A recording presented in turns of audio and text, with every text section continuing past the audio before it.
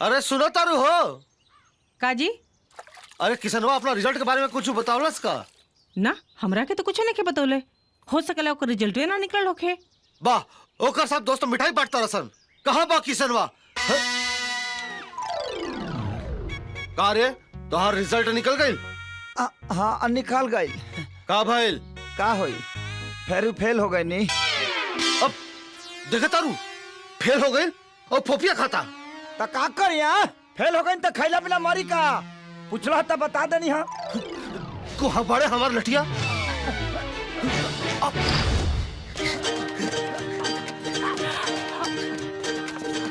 ए किसनवा चुपचाप हमार लठिया दे दे रे। आज बताओ तारी तोरा के हमने के फेल भइले के रिकॉर्ड तो बनिए गइल हो। किसनवा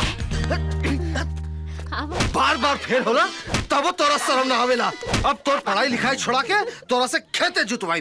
जाओ जब कह रहे कि खेत में काम नहीं करेंगे तो नहीं करेंगे। अच्छा ले भाजी देखिए हमको घर में ले जाके खूब मारिए ना, लेकिन के सामने मत मारिए। अरे करिए के देखे के चक्कर में तब फेल हो जाने रे। हम कह रहे कि महिलाओं के सामने मत मारिए, हमारा भी प्रतिष्ठा है। अरे बाहर है तोर प्रतिष्ठा। कह रहे हैं ना बाबूजी बाबूजी हम पास हो गए नहीं बाबूजी, पूरा कॉलेज में फर्स्ट आइल बानी बाबूजी। वाह देख ये फर्स्ट आइल बा आते फेल हो जा रहे। तो कहे नहीं फेल होंगे हम, हमारे ऊपर सब लड़की समाज का लोड है, इनके ऊपर कल्ची का लोड है। बारे बहुत तू मुख्यमंत्री के इलेक्शन लड़ता रहे ना रे। ये तो नालायक बा बेटा, पर तू हमार नाच बाड़ा।